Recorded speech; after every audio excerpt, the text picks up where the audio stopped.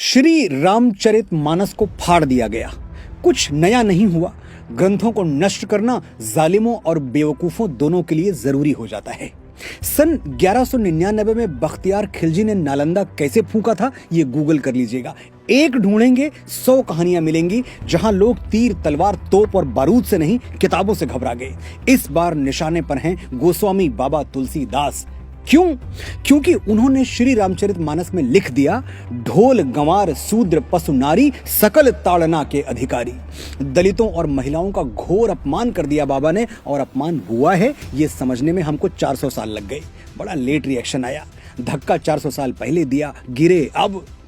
मैं बाबा तुलसीदास में अटूट श्रद्धा रखता हूं, लेकिन वो तो पूरा देश रखता है। 150 को छोड़ दीजिए तो कौन है जो बाबा का भक्त नहीं है। लेकिन आज मैं बाबा को एक श्रद्धालु की तरह नहीं, एक राइटर की तरह अप्रोच करूंगा और आपको बताऊंगा कि क्या उन्होंने ये चौपाई लिखकर गलत किया। अब बाबा होते तो मेरी जरूरत नहीं थी। सोशल मीडिया से लेकर प्रेस कॉन्फ्रेंस और प्राइम टाइम तक हर जगह अपनी सफाई खुद पेश कर देते और बात साफ हो जाती। लेकिन बाबा सशरीर है नहीं, इसलिए मुझे ही बोलना पड़ेगा। सिर्फ 2 मिनट मुझे गौर से सुनिएगा, ढोल गंवार का पूरा सच आपके सामने आ जाएगा। ऊपर वाला रॉन्ग हो सकता है, लेकिन डोंग कभी रॉन्ग नहीं होता। बचपन में तहलका फिल्म देखी थी जिसमें अमरीश पुरी साहब ये डायलॉग बोलते हैं। तो क्या फिल्म के राइटर्स कहना चाह रहे थे कि डोंग सचमुच ऊपर वाले से बड़ा है? नहीं भाई, ये तो एक विलेन ने बोला, और विलेन तो वही बोलेगा जो उसका कैरेक्टर है, उसका चरित्र है, यानी गलत बात बोलेगा। इसे फिल्म के राइटर का विचार नहीं माना जा सकता। पॉइंट यही है, जब फिल्म के डायलॉग उसके कैरेक्टर के विचार हैं, राइटर के नहीं, तो फिर श्री रामचरितमानस में खलनायक समुद्र के विचार बाबा तुलसीदास के विचार कैसे हो गए? श्री रामचरितमानस एक प्रबंध महाकाव्य है, जैसे नॉवेल या फिल्में होती हैं। प्रबंध साहित्य वो है जिसकी कहानी में एक स्टार्ट हो, एक मिडिल हो और एक एंड हो, और उसमें जो कैरेक्टर जैसा है उसके डायलॉग्स वैसे ही हों, यानी हीरो सही बात करे और विलन गलत। ढोल गंवार शूद्र पशु नारी सकल ताड़ना के अधिकारी, इस चौपाई को या इस डायलॉग को संदर्भ और प्रसंग के साथ, रेफरेंस टू कॉन्टेक्स्ट के साथ समझेंगे तभी बात समझ में आएगी। सीन देखिए पहले। श्री राम 3 दिन तक समुद्र से विनती करते रहे, मुझे लंका जाने का मार्ग दे दो भाई, मेरी पत्नी के प्राण संकट में हैं। समुद्र ऐसा अहंकारी के मार्ग छोड़िए, उत्तर तक नहीं दिया। फिर श्री राम को क्रोध आ गया, उन्होंने चढ़ाई प्रत्यंचा और कह दिया कि मैं अहंकार की छाती में अग्नि बाण गाड़ने के लिए विवश हूं, भय बिन होए न प्रीत। बात तो सच है। समुद्र का अहंकार टूट गया और वो मणियों रत्नों सहित त्राहि त्राहि करता हुआ श्री राम की शरण में आ गिरा। अब समुद्र जो कहता है उसे ध्यान से सुनिए, सारा भेद, सारा सीक्रेट यही छुपा है। सभय सिंधु गहि पद प्रभु केरे, क्षमहु नाथ सब अवगुण मेरे। गगन समीर अनल जल धरनी, इनकई नाथ सहज जड़ करनी। प्रभु भल कीन मोहि सिख दीन्ही, मर जादा पुण्य तुम्हारी कीन्ही। ढोल गंवार शूद्र पशु नारी, सकल ताड़ना के अधिकारी। समझाता हूं क्या कहा समुद्र ने।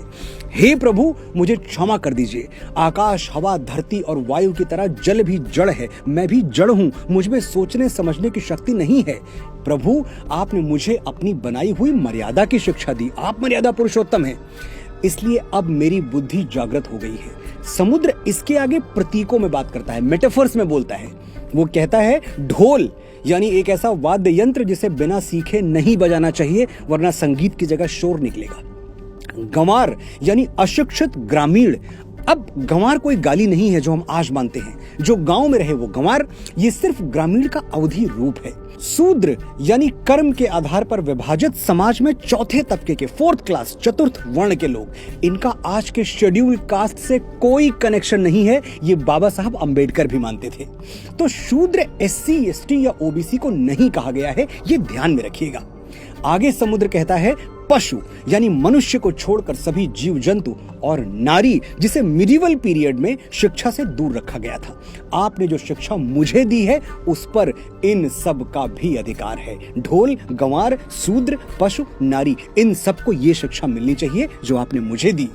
समुद्र के ऐसे विनीत वचन सुनकर श्री राम उसे क्षमा कर देते हैं, और फिर समुद्र के ही परामर्श से नल और नील समुद्र पर संसार का सबसे प्राचीन सेतु बना देते हैं, जिनके पत्थर इतिहास के अथाह सागर पर आज भी तैर रहे हैं। अब आप ही बताइएगा, ढोल गंवार शूद्र पशु नारी सकल ताड़ना के अधिकारी, ये श्री राम के थॉट्स हैं या गोस्वामी तुलसीदास के? दोनों के नहीं, ये विचार 100% 100% समुद्र के हैं और किसी भी एंगल से गलत नहीं है। जरूरत है सिर्फ खुले और साफ मन से एनालाइज करने की, सोचने की, समझने की। गोस्वामी बाबा तुलसीदास दलित विरोधी होते तो क्या निषाद राज, केवट और शबरी को रामायण में सह नायकों की भूमिका देते, अनगिनत चौपाइयों में उनकी प्रशंसा करते? और यदि वो नारी विरोधी होते, नारी कहा मैंने, ध्यान दीजिएगा, औरत नहीं। आशा करता हूं अब तक आप भी अपने आसपास के सम्मानित महिलाओं को औरत कहना छोड़ चुके होंगे। जो रेफरेंस और कॉन्टेक्स्ट नहीं समझ रहे हैं वो मेरा ये वीडियो जरूर देखें, लिंक डिस्क्रिप्शन में दे रहा हूं। तो बाबा तुलसीदास अगर नारी विरोधी होते तो क्या देवी अहिल्या, जिनका शील भंग किया गया था, क्या उनको इतना सम्मान देते जितना दिया है? रामचरितमानस या किसी भी ग्रंथ को जलाकर आप बख्तियार खिलजी की टीम में शामिल होना चाहते हैं तो आपकी मर्जी, वरना सच तो यह है कि कुछ पन्ने जलाने से न राम की महिमा जलाई जा सकती है, न तुलसी का तेज